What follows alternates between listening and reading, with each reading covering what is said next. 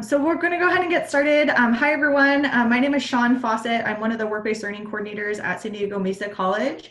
My role on campus is to help students connect what you're learning in a classroom and apply that to the real world, being able to engage with industry and getting hands-on experiences. And so one of the great parts about my job is being able to collaborate with not only faculty and students, but also our industry professionals and helping bring them onto campus, or in this environment, our virtual campus here on Zoom. Just a few housekeeping items before we get started with the event. Thank you all for coming. We have over 100 people that are watching this event, so we're super excited about that. All of you are muted upon entry. We do ask, since we have so many participants, that you keep yourself muted just to make sure that our speaker has plenty of time to share their expertise and advice. And then if you do have questions throughout the event, you're more than welcome to ask them in the chat feature. We'll be compiling those, any questions that you have to be able to ask our speaker throughout the event, and then we'll also open it up towards the end as well. So if you have any questions, whether it's for the speaker or myself or the co-host, just go ahead and let us know. But other than that, I will go ahead and turn it over. And actually, one more thing, we do love feedback about our events and any ways that we can improve them. And so towards the end, I will share out a link to a quick survey. So if you can provide feedback about the event, that would be awesome. Especially for our students, we're offering an opportunity drawing. So if you complete the survey, you can enter the opportunity drawing for a Visa gift card. So hopefully some free money will be nice for you. But other than that, I will go ahead and turn it over, and thank you so much for being here.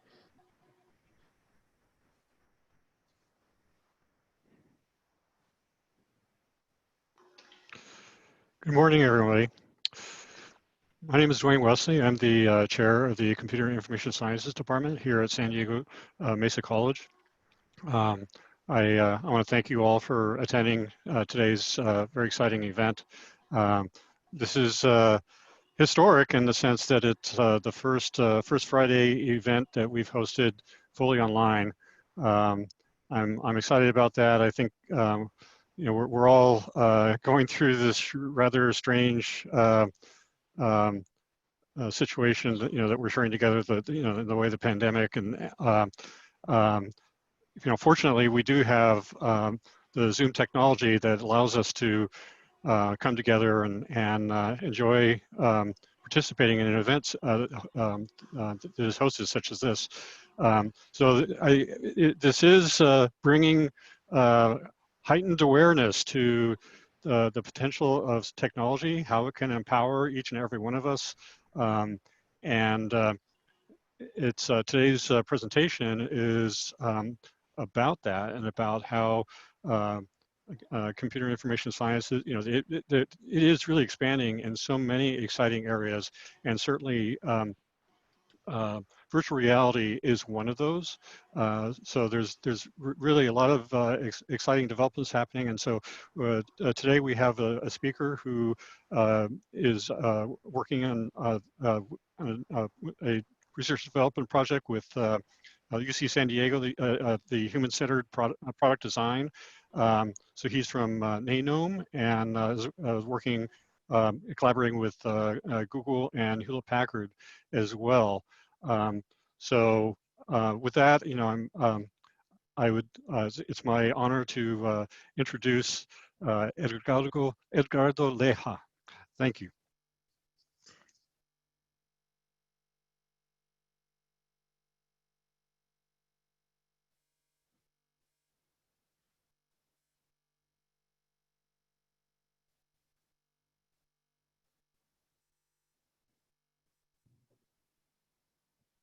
Edgardo, I just unmuted you, so you should get the notification that you can unmute.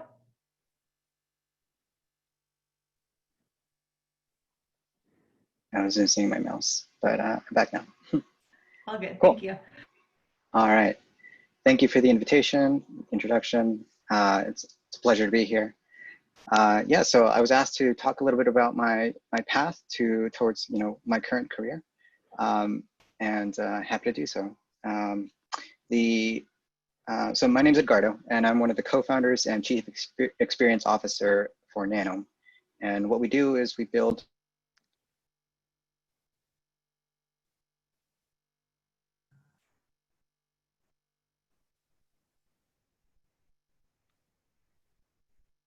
Edgardo, I think you got muted again.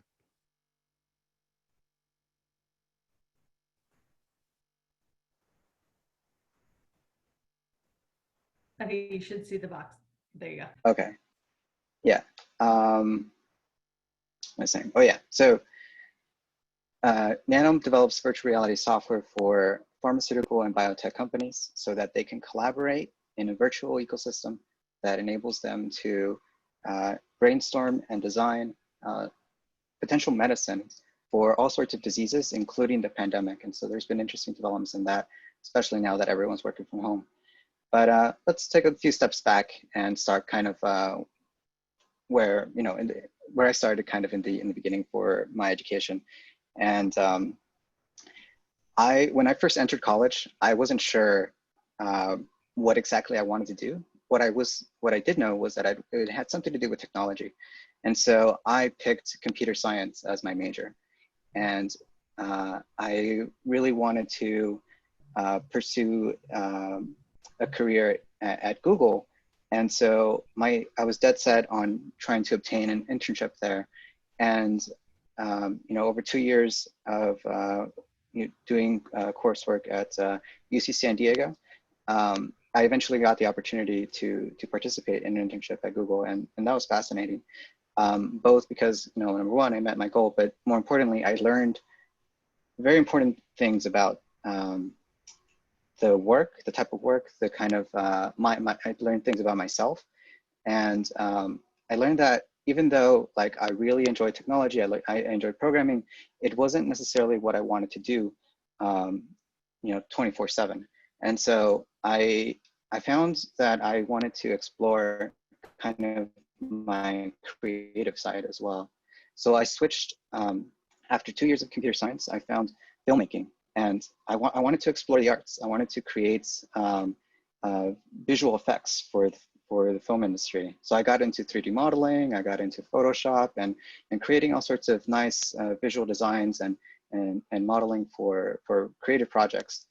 And once again, like one of my goals was to try to obtain a real world experience with an internship so that number one, as to get you know, network into the field, but also more importantly to know what it's like to do what I was interested or what I thought I would be interested in the real world. And so I ended up getting an internship with National Geographic, and that was a whirlwind. It was so much fun, but at the same time, I learned a lot again about myself and about the projects, about what was needed in the space. And you'll see a theme here that it's this theme about experimentation. And it's like, you know, you may have like a theory about what you really want to do, but until you start doing it, especially doing it in the real world, you don't really get to know, you know, the full scope of what you're signing up for. So after I did a year of filmmaking and working in the field for several organizations at a filmmaker capacity, I then wanted to switch something back into the sciences. I found a major called cognitive science. And this is a field that studies the brain from an anatomy perspective, but also the neuroscience, kind of the psychology component. My emphasis was on human-computer interaction. So kind of how to think about products or services in a way that creates a better user experience, and identifying the pain points and needs of potential users. And so this kind of helped me really pave the way that I start to think and design. So using my creative skills alongside with my technical skills, you know, I started developing things like websites and mobile apps and all these things that were great in two-dimensional screens, you know, desktop applications, mobile applications, and you know, that was a lot of fun, and I learned a lot again. But at the same time, I wanted to do more than be stuck on this two-dimensional plane. And so I started to look into virtual reality. And at that time, it was very new. Everything was using like I don't know if you guys remember, but there's a crowdfunding campaign for the Oculus Rift, or just the Oculus at that point. So that's the point where I saw that, you know, this has the potential to be something great. And I kind of followed that for a little bit, but at this point I had already graduated, and I pursued entrepreneurship because I kind of fell in love with this idea of finding, like addressing customer needs, improving the user experience. It was kind of like being a detective for problem solving for businesses. And so I did this every time I was developing a site for a client of mine, whether that was through consulting or through just internships. And it was great to really get to know not only the customer, but also the customer's customers, so the client's customers, because that's kind of at the end of the day, you know, who the product service was meant for. And so really digging deep into kind of, you know, what was the meat of the, you know, what they were trying to achieve or solve was really what I wanted to, really enjoyed, honestly. And so like I finally found something that I connected with, and this became even more solidified when I started working at Hewlett Packard. I got hired as an interaction designer, and the role of an interaction designer is to kind of develop prototypes for ideas.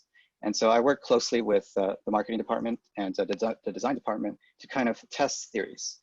Think about, you know, what this, if we try to pursue this, you know, X thing, would that, like, what kind of effect would that have? How would that be received? And, you know, and just how could our product improve? At the time, I was working on a couple of different projects there, but eventually I got to work on a whole redesign of turning one of their more older websites into a mobile-friendly website, and so that was great. You know, getting to do real-world usability testing using the facilities that they have, where you kind of take participants into like a one-way mirror kind of a room where you kind of see them interact with the product. But you don't interfere. You're kind of like just observing and trying to take as many notes to understand like what areas of the product are not clear for a first-time user, and then translate that into design requirements and then eventually product requirements. And so, yeah, so all of that kind of helped me understand that like entrepreneurship is kind of, especially at the beginning, but honestly throughout the whole process, there's a lot of need for it's making sure that the design or the solution that is being proposed is actually, you know, adequate enough or efficient enough, well designed enough to solve the problem. And you know, I really enjoyed that kind of customer discovery process of entrepreneurship. This is where you kind of go into the real world to gather feedback about your idea, and whether, you know, to validate whether that's a good idea, to understand like product market fit, these things like this, kind of glossing over a lot of terms. So if there's any questions on any of the terminology that I use, please feel free to ask any questions in the chat, and we can come back to those. But in general, like, so I found something that I really enjoyed, but now you know, one of the most important things about entrepreneurship is you can't do it by yourself.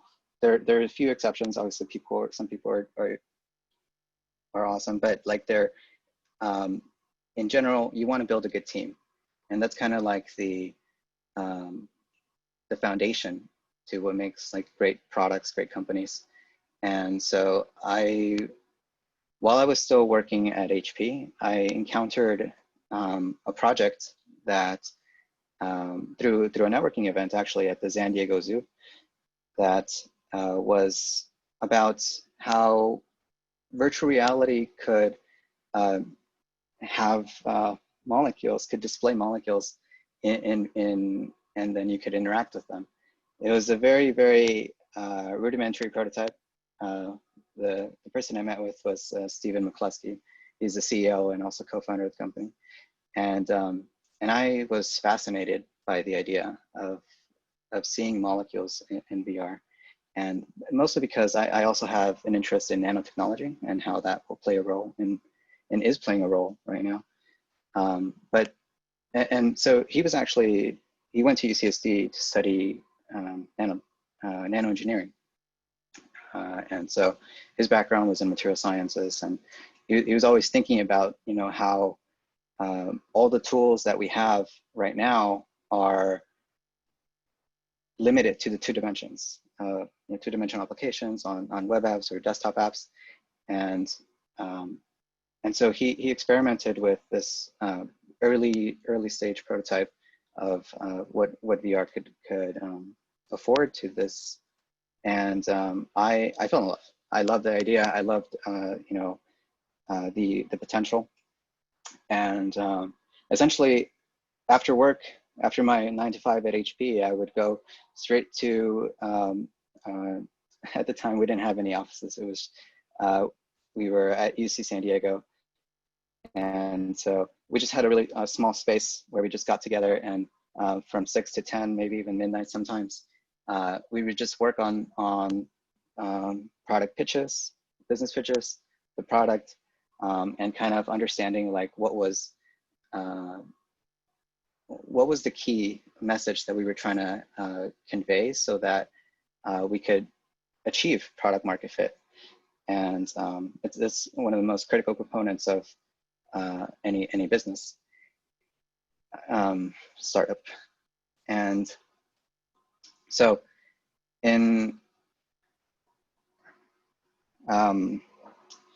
once we got in touch with one of the so let me start over. There's a lot of parts to starting a business, and one of them, as I mentioned, was the team, but alongside the team is the advisors. So who in your network and your network has the ability to help you connect with people in the industry that can help you either refine your idea, provide feedback on the product, or potentially even introductions to potential customers, which was one of the key ingredients to kind of the whole start of my company, Nano. And one of our advisors, Jeff Waddell, he was able to introduce us to one of the local companies here in San Diego. They're the nonprofit arm of Novartis GNF, and we were able to discuss. Well, first of all, show the prototype, and it clicked right away.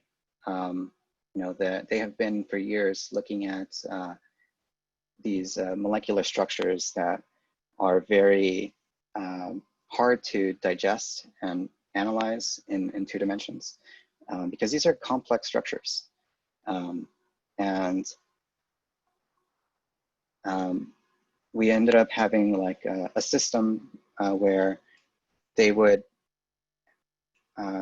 agreed to essentially like a bi-weekly kind of feedback loop, which is one of the most critical components, and especially in the cognitive science HCI field, where you want to constantly be gathering feedback on your product to iterate upon the product with real users. And so we had now a system where we had scientists evaluate our prototypes, and provide feedback so that we can make sure that we're going in the right direction, make sure that we're actually addressing needs and problems that are in for their use cases. And so I don't know if there's any questions yet, but I wanted to show a little bit of what that software looks like, just so you guys can get a picture of it. And so, yeah, this is, can you guys still see my screen? You'll need to reshare again, Edgardo. And then if you wanted to show your website, do the full desktop. Yeah, this is not our website. This is just a one of the websites that we use to upload GIF animations for just all sorts of things that we capture with our software. So here you can see my colleague Kai drawing a molecule and writing on a whiteboard using an index, a valve index headset.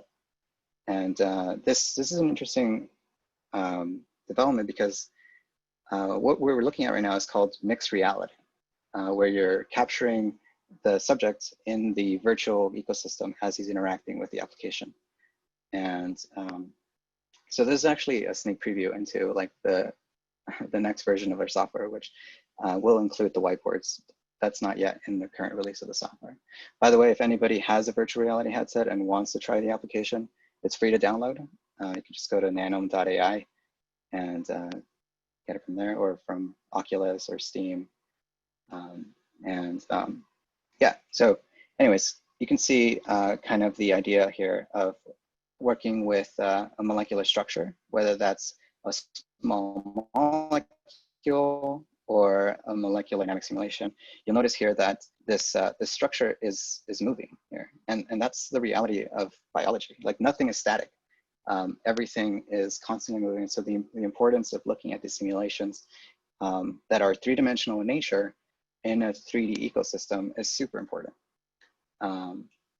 Yeah, and you know, last on September 16th, I believe, last month, Facebook had their annual conference where they announced a new device, the Quest 2, which is a portable device that doesn't need you to be connected to a computer, which is pretty great because when we first started back in 2016, 2017 with our first customer, it required quite a bit of setup.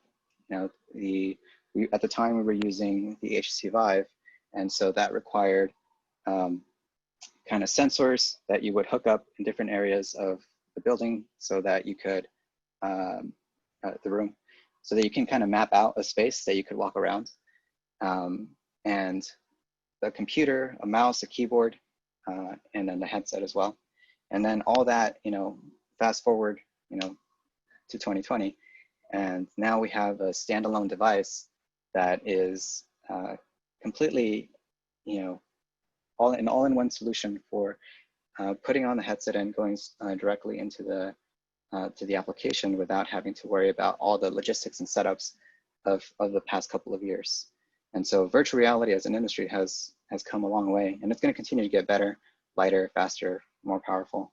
But the importance of why I'm telling you this is because, you know, for 5 years, we tried to get into the conference, the annual conference that Facebook has, or Oculus really had. And it wasn't until this year that they actually announced the Oculus 2. And in that same keynote, they showed this clip here.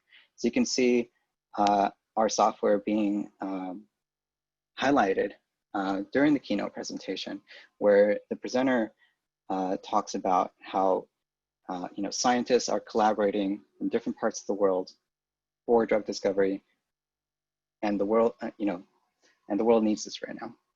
Like, there's really been no better time for this technology to be in place.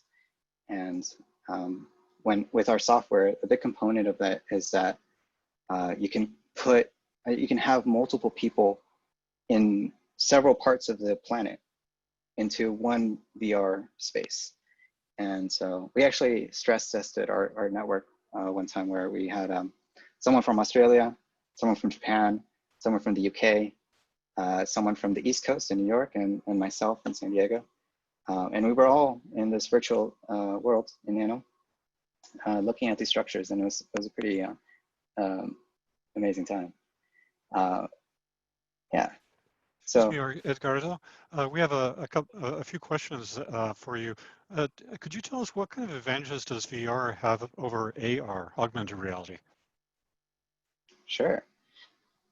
Yeah, so augmented reality is awesome and will continue to be to get better. But unfortunately, right now, especially for our use case, it's not at the power that we need it to be to address our customers' needs. The advantage, first of all, for those of you who don't know, augmented reality is when you can have essentially, imagine myself here, looking at this camera, and then having the molecule directly in front of me. What you're still looking at me, you're looking at my real world, and you're looking at this digital asset that's in front of me. Virtual reality, you're going into in a completely closed virtual space, as you see here. And then there's the other one that I was talking about, which is mixed reality, where you're bringing in the human into the virtual space. Yeah, in terms of like AR, like there's a lot of great devices out there, but unfortunately they're not yet in terms of like the field of view and the computational power. It's not quite there yet for our use case specifically, but we're very excited and we're prepared for when it is. And there's a question. Do you know if CalcFlow works with the Oculus Rift as well? Yes. Yeah. So that's thank you for bringing that up. When we first started, we had to make money somehow, and so we made a contract with the university to supplement one of their calculus courses through a virtual reality application, which is now known as CalcFlow, and it was great. It was being used by several of the students for several years. I think still is. And the idea there is you have kind of this 3D VR calculator that can do all sorts of amazing things. When you change parts of the equation on the calculator, for instance, you could render like the 3D representation of what that, for example, parametric equation would be. And kind of like, yeah. So yes, the short answer to that is yes, it does work on the Oculus Rift. Also, do you know in the area of nanotechnology, are there nano researchers doing anything to try to apply nanotechnology to the COVID-19 pandemic, or actually, are there any medical applications of interest with respect to nanotechnology? Yeah, so nanotech is such an amazing field, but I can't speak to any specific nanotech outside of drug discovery, if you consider this a branch of nanotech. And so this actually right here is looking. We actually started a series of COVID in VR. So every single structure that has been made available through any of the public databases can be brought into Nano. And so, for example, COVID-19 is kind of the popular name for this coronavirus, but in the scientific world, it's known as SARS-CoV-2. And here you can see the SARS-CoV-2 main protease protein it's here in blue, beige, and orange. And what's going on here is we're actually comparing the 2019 SARS-CoV-2 against the 2003 SARS-CoV-1. So, the coronavirus, at least this mutation is new, but it's not that different to what was happening in 2003, which is so interesting to see here. especially in this virtual space here. You'll notice that, I want to make this one bigger. You'll notice that you see these orange areas here. The orange areas represent where the differences are between the 2003 SARS-CoV-2 model protein and the 2019 one. But one of the important things to note is that all of them are in this external area and not in this little pocket here. So to give you a little bit of a summary into why this is relevant is, so this little pocket where you see the small molecule here is known as the active site or the binding site. And the role of a drug discovery scientist for small molecule drug discovery is to generate and discover a molecule that can have some sort of reaction to the protein. And they do this by trying to find the best fit for these small molecules into these proteins. And so you can think of it as like a complex 3D puzzle. You have to design a 3D key. And so the best key that fits the most with the best affinity scores and all sorts of other things that are relevant for drug discovery, through a process called structure-based drug design, we're seeing a lot of advancements in all sorts of different efforts for drug discovery. And so for efforts that have a structure in their whatever they're trying to solve, whether that's cancer or the pandemic in this instance, this is a really, really great way to really get into the nitty-gritty of what is actually going on at that at the particular binding site. So how much tactile information is embedded in these simulations here? Sorry, how much what? Tactile information in terms of like is that a component in the virtual reality of any sense of touch? Yeah, so these devices come with controllers that look like this, and so kind of wrap your hands around the controller with your middle finger in the bottom, index finger on the top. Different devices have different controller types, but these become your virtual hands, and the headset become the position of your head for the avatar, for instance. And these controllers do have some built-in vibration, which can kind of simulate the feeling of tactileness, and we do support that in some instances of the software. What sorts of technical and professional skills have you found to be essential for doing well in the VR industry and as an entrepreneur as well? Yeah, so it kind of depends on what aspect of VR you want to get into. If you're interested in the 3D modeling component, then looking into free tools like Blender and YouTube tutorials really are a great way to get started. If you're looking into kind of the programming components, I would recommend trying to download Unity and look at their tutorials. They have a lot of interesting and easy to start with tutorials again. Yeah, it's one of the most popular game engines. And actually, if you don't mind, that's a perfect opportunity for me to put a plug in for our CISC department and multimedia department. We're collaborating together. We do offer, the multimedia department offers Unity courses. So if you're interested in learning about that game engine, you can. They have a series of courses that you can take and a certificate that you can get for that. And we're also working with CISC to create a C# programming course that would be integrated with Unity. So you'd learn how to do more in the way of C# scripts within the Unity environment. So Edgardo, I'm wondering, can you speak about that relationship with VR technology and gaming, and I mean, where does gaming start and end, and serious science began? You know.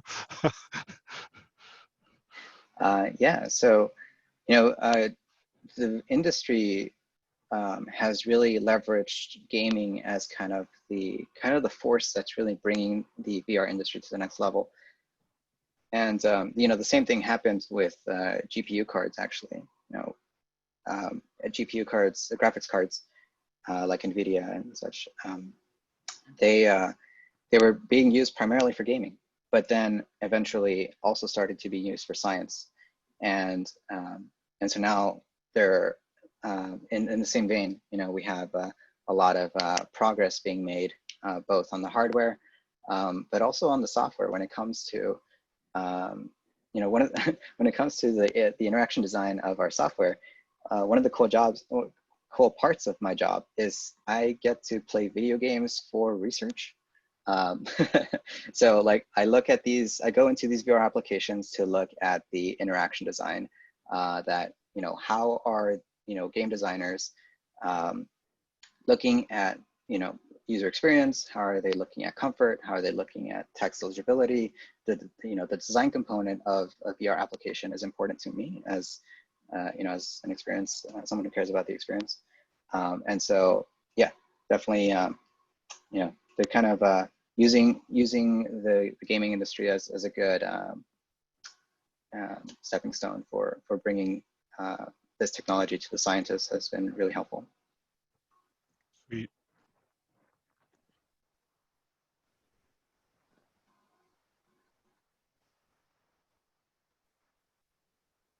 Awesome.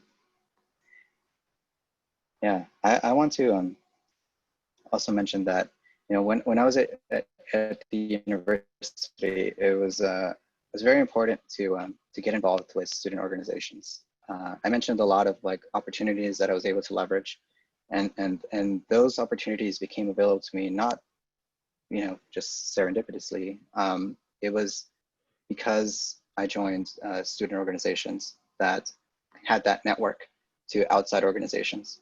So I highly encourage any students that want to build their network to leverage the already established organizations that, make it, one of their roles to connect with, industry professionals. So definitely encourage that.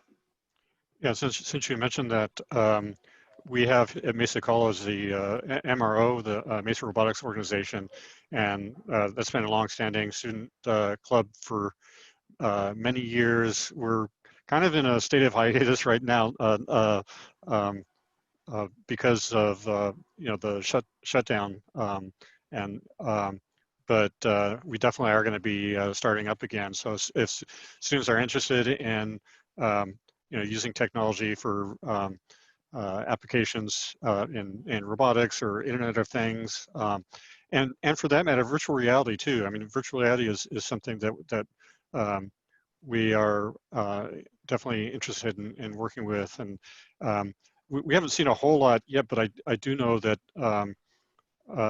there are opportunities for integrating virtual reality with robotics in the sense that through virtual reality systems or systems that are similar, you can integrate robotics, for like doing simulations and testing things out, and then but then doing robotics that are where you're using telepresence, like doctors that are operating remotely and that sort of thing. Yeah, definitely. There's a lot of really, really cool advancements with the integrations of VR and other aspects of our life. So yeah, very, very much looking forward to seeing more of those.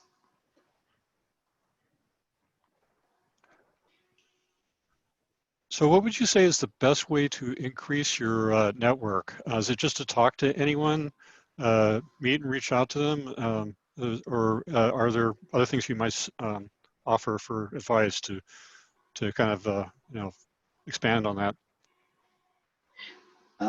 Yeah, so while in college, I mentioned student organizations because those are easily accessible. But when one becomes an adult, you know, people still need a network, people still need new jobs, and there are meetups out there that are industry specific or job specific even some. So definitely, you know, look out for, I know it's a little hard now, you know, during the pandemic, but like one of the things that I did leverage was professional meetups through like meetups.com, where I would go out of my comfort zone and into this professional setting to meet with professionals in the industry to, you know, that were already doing the thing that I might want to do, and just start speaking with them and learn about them. And that actually became very beneficial when it came to my HP job, because I had actually, when I went to do my interview, the person who was interviewing me turned out to be someone I had met at one of those meetups. And so we had already built rapport, and we had got to know each other. And, you know, he understood, you know, kind of a little bit more background of myself. And so it made for a really, really nice transition to getting the role. So how did you get your first internship and your first job? So my first internship with Google was through one of the student organizations. The specific one that I'm referring to at UCSD was called SHIP, Society of Hispanic Professional Engineers. And there's several organizations. That's just the one that I connected with. And one of the things that they did was they brought, you know, industry professionals to the campus to just kind of speak and connect with the students. And in one of those occasions, they made an announcement that there was an internship opportunity. And so because I got to meet with the person who made the announcement, got to know him, when my application went through on their end, it was, again, another smooth transition during that process. So it's very important to, you know, when doing the job hunting, to do as much proactive work to try to get to your goal. And again, like really trying to understand like what their needs are, because that's the whole purpose of them hiring, right? They're trying to fulfill some position because they have some need.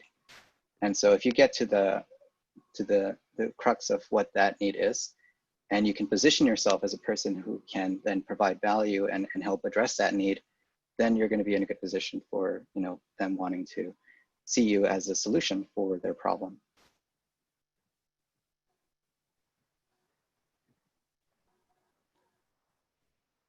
Well, we're waiting for some more questions. I'm going to ask a question of my own. What do you see as the most likely areas of you know, advancement, and you know, what do you think are going to be some of the exciting areas of development in VR technology in the future? Yeah, so if you want to see a really good talk on that, the Facebook annual conference that I mentioned earlier is pretty good. They have some really cool technology in the works. They talk about augmented reality. They talk about you know, how they're working towards eventually transitioning into instead of like these headsets that I was showing earlier, more of the, you know, glasses. And it's going to take some time to make that jump, but you know, that work has already started, and I'm really looking forward to making VR or AR more accessible.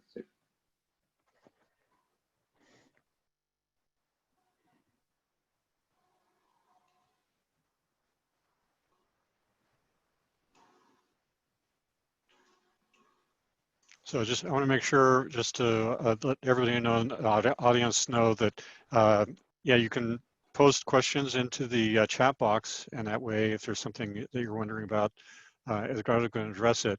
So as a smaller company, who's collaborated, I'm sorry, since you as a smaller company collaborating with Facebook, what are your goals for the future of your company?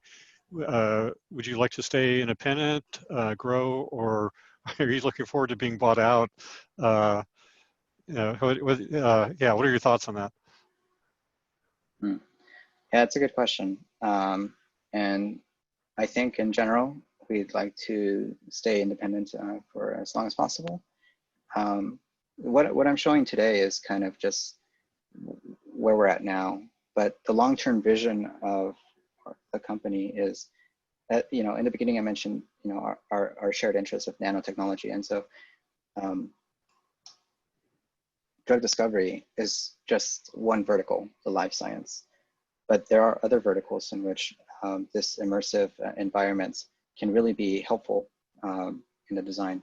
For example, in the semiconductor industry, when it comes to the chips in all of our phones, in the cosmetics industry, in the energy, robotics, renewable energy, all of these are industries that need to leverage more design at that nanoscale, and are already working on it.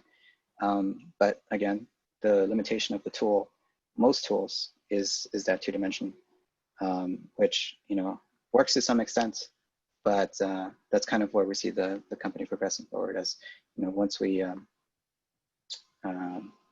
get there.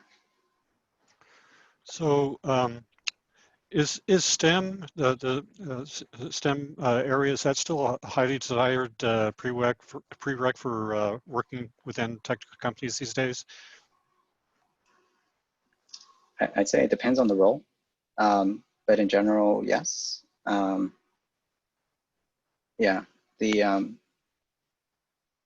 kind of the way that an engineer or a scientist kind of approaches a problem is good for problem solving in general. And so that's one of the ways that your coursework kind of translates into real world problem solving. It's not so much that you're going to be leveraging your actual homework problems or projects, but that that kind of mindset, the discipline, that all, and the work ethic, like really all that, that if you can build a good foundation of that during your college years, that really helps in your professional career as well. It sounds like you made sure that you had a good grounding in STEM, but then you also bring a lot of creative, artistic sensibilities to your work as well. So it sounds like it's good if you can integrate those different aspects, those different perspectives. Yeah, I agree. The more well-rounded you become, the better, I think, just the more diverse of an opinion you can generate, and just tackling problems in a different way. So it's yeah. So the molecular representations that you have in your software here, are they based on a standard or custom-made model? So in the scientific world, there's molecular file formats, just like a PDF is pretty common, in business setting. The molecular structures have a PDB file, and so that's kind of a protein file, and the small molecules have a different file type. But there's all sorts of different file types that our software is reading into this VR space, and that's super important because it's more than just importing a 3D model. We're actually importing the file which contains molecular data, so that the scientist can then change its representation, modify its design, and still be scientifically accurate, which is a huge aspect of our software. Do you see this sort of technology being introduced to hospitals and medical schools sometime soon in the future? Oh yeah, it's already happening. We're seeing interesting VR projects with that are anatomy based, looking at, for example, what happens if you could remove layers of one's biology to look at the lungs, or look at the heart, or look at the brain, and kind of immerse yourself in it. Look at the different layers, so that that really provides a different perspective, and also helps one build concrete images and experiences in your mind. to help further understand. So the trajectory of your interests went from having interest in film, and then discovering cognitive science, and then you went to VR. What was the event? What caused you to go from cognitive science into VR? Well, I use what I learned at Cognitive Science to design experiences on apps and websites. But I kind of, after doing it for so long, I kind of wanted to try something different. Like, I was pretty used to Photoshop and designing UIs in general. And I wanted to try what 3D interaction design would be like. You know, what are the factors that are supposed to be taken into consideration when you're not just interacting with something on a 2D plane, but also you have to worry about comfort, you have to worry about fatigue, you have to worry about legibility, and not to mention the use cases, but all of it, you know, while using your hands. It's different than just using a mouse, which you know, has limited capabilities. Yeah, so it's been a great learning experience, and I guess yeah, I like to challenge myself a little bit. Right. So if you're looking to hire somebody, what would be the top 3 skills that you would look for on their resume for a potential candidate? So again, it depends on the role, but if we're talking about like a developer role, it would be taking a look at kind of their past experience with their projects. You know, what have they done prior to applying to this role that makes me believe they're going to do a job. And so I think looking at personal projects is, or you know, if they have real world industry, that's even better. But any sort of personal project is a good indicator that they're self-motivated to learn, and that they can put their learnings into action and put it together, and hopefully in a good piece, in a good example. And so that's always nice. And there's other social factors as well, like making sure that they're, you know, a good team player, and that they can work with colleagues. Sweet.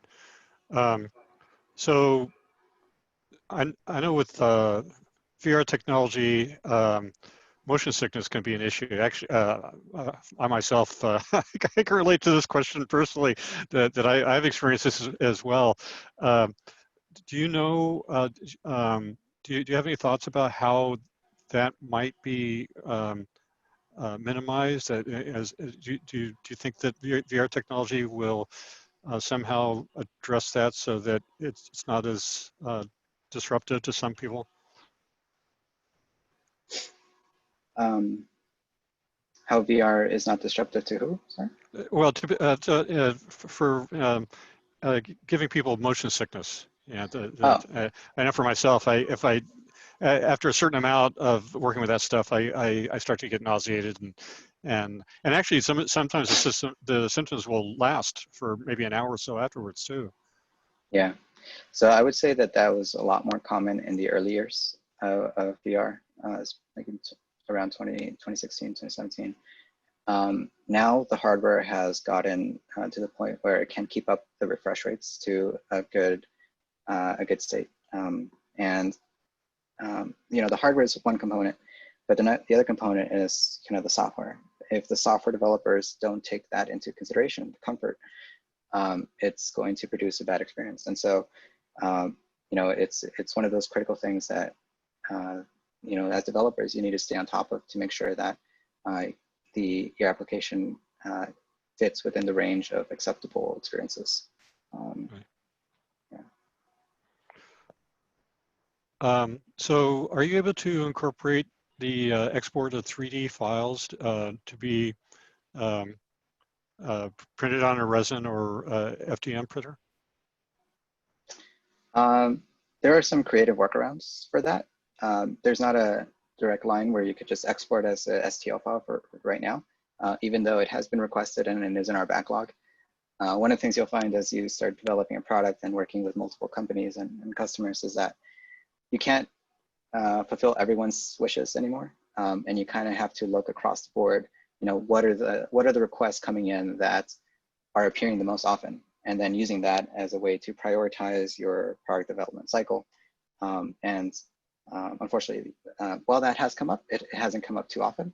But I do hope that we get to it soon, since we know that it's possible and that it would be exciting. So with the applications of the software, and for understanding molecules and how they work, do you see the military possibly using this for to assist them in developing biotechnology weapons? So the military has been using virtual reality for years. They technically get access to a bunch of tech prior to most consumers. If you're referring to our tool specifically, I think anyone has access to any tool, and what they do with those tools is then going to be on them. The reality is that this is just one piece of a large process for generating anything, and this is in the early stage brainstorming phase of drug design, and yeah, it's good for ideation, but there's still many steps from you found the best model to producing something in the real world. Yeah. So I just want to be cognizant of time because we're just at 2 o'clock. So maybe we have time for maybe 2 more questions, if that's okay, Dwayne? Sure. Yeah, I'm sorry to do this, but I do unfortunately have a 2 o'clock meeting, so I will have to drop early. Okay. That's wonderful. Yeah. Well, thank you so much, Edgardo. This has been so fascinating to hear about your experience and your career path, and also just all the advice that you've given to students. So thank you so much for that. Of course. Yeah. Yeah, this is all good stuff, Edgardo. Thank you so much. We really appreciate it. No problem. Have a great day, everyone. Bye-bye all. And for students and anyone that's in attendance, if we could have you complete the quick survey.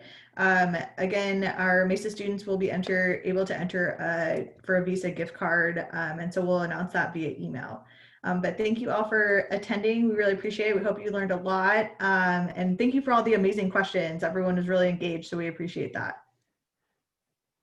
Excellent.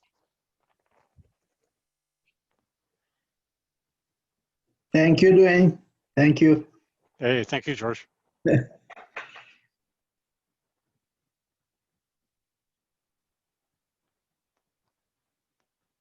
Yeah, thanks for putting this all together. Thank you, Professor Valley.